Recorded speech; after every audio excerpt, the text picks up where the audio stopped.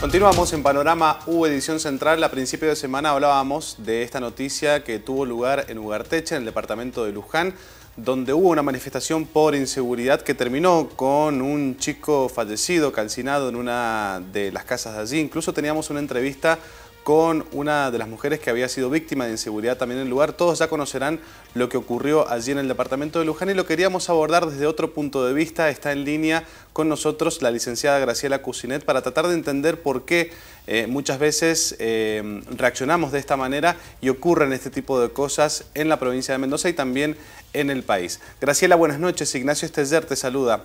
Buenas noches, Ignacio. ¿Cómo estás? Muy bien y muchas gracias por atendernos.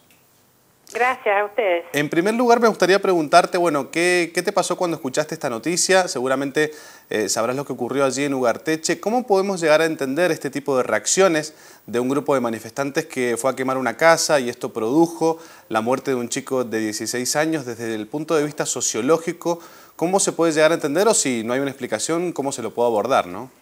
Sí, es una situación terrible, lamentable, sin duda.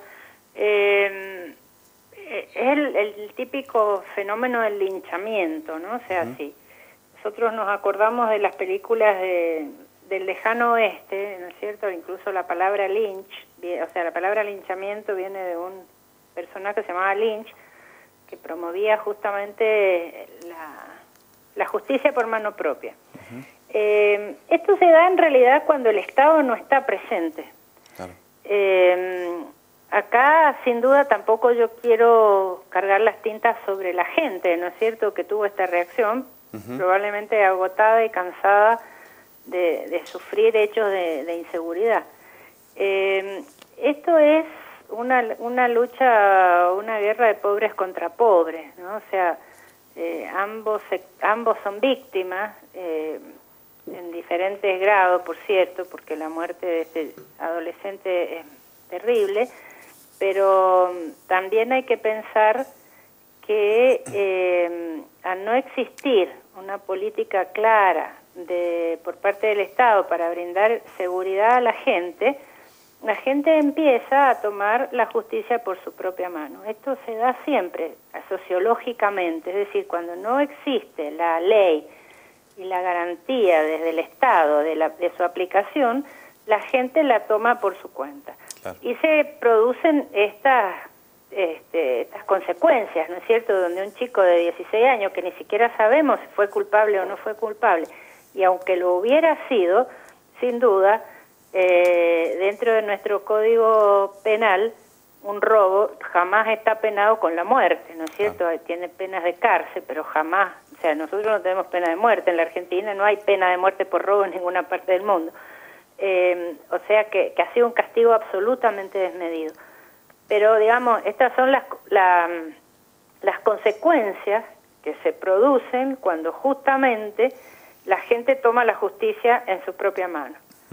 Y vuelvo a repetir, esto se da cuando el Estado está ausente. Si el Estado estuviera presente, esto no hubiera ocurrido. Si hubiera estado presente antes, evitando el delito de robo, y si hubiera estado al momento en que se produjo este desborde de la gente y la quema de las casas, ¿no?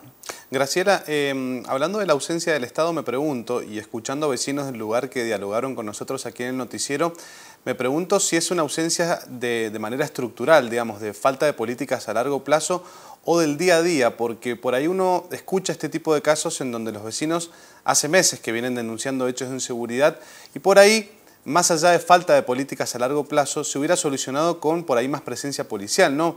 Me lo pregunto como para debatir. Sí, exactamente. No sé cuál es la situación de esa zona. Sin duda no estamos hablando de políticas de largo plazo que tiene que ver con la erradicación de la pobreza, de la marginalidad y demás, sino simplemente con la presencia más directa de la policía, ¿no es cierto?, custodiando los bienes de las personas. Y en esto también hay que pensar que la gente que ha sido robada es gente muy humilde también, de condición muy humilde. Entonces, sin duda, que le roben a una persona de condición humilde, algo que le ha costado tanto esfuerzo conseguirlo, produce una reacción tal vez mucho más virulenta que la que puede pasar a alguien que tiene mayor posibilidades de recuperar ese bien, ¿no es cierto? Esto lo vuelvo a repetir, yo no estoy tratando de justificar la acción, estoy tratando desde la sociología de explicar por qué se producen las reacciones, ¿no? Yo creo que acá se han cometido dos delitos, el delito de robo y el delito, sin duda, de la quema de una propiedad y de un homicidio. Habría que ver después si este homicidio fue un homicidio intencional o preterintencional. No soy abogada penalista, pero yo creo que en realidad la gente no tuvo intención de quemar a una persona y matarla, tuvo la intención de quemar una casa y que lamentablemente había un joven adentro de la casa. Bueno, esto ya será discusión de los penalistas y de los jueces, pero sin duda que se han cometido dos delitos acá, ¿no? En este momento. Los dos deben ser sancionados. En esto, sin duda, yo creo que ahí el Estado tiene que hacer sentir su presencia y tiene que sancionar tanto a unos como a otros. En esto yo creo que justamente tenemos que insistir en que las leyes existen y que las leyes deben ser aplicadas. Lo que yo he estado tratando de analizar es por qué se producen estos casos de justicia por mano propia, ¿no? También es una comunidad boliviana, por los apellidos, no conozco muy bien la zona, pero por los apellidos y sabiendo, bueno, que Ugarteche tiene muchos habitantes de origen boliviano, también en Bolivia se producen con bastante frecuencia estos casos de linchamiento. Forma parte también de la cultura de ciertos sectores de Bolivia. Así que también eso explica, ¿no es cierto?, un poco lo que ha pasado. Graciela, buenas noches. Gerardo Jiménez te saluda. Hola, ¿qué tal? Buenas noches. Bien, muy bien.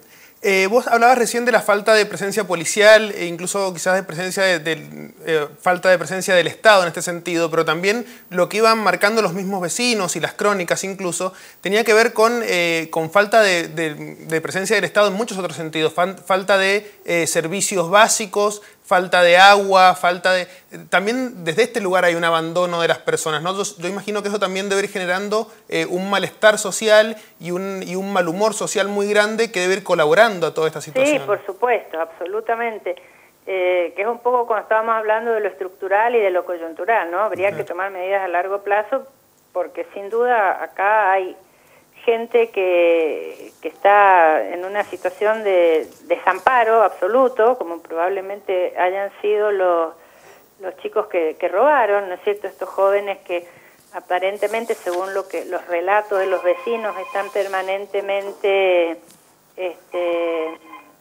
robando, ¿no es cierto? Y produciendo este tipo de delitos en la zona. Bueno, sin duda son jóvenes por lo que uno ve por las fotos, ¿no es cierto? Sus casas y demás, casas muy precarias, indudablemente que son chicos que están en una situación de vulnerabilidad social muy grande.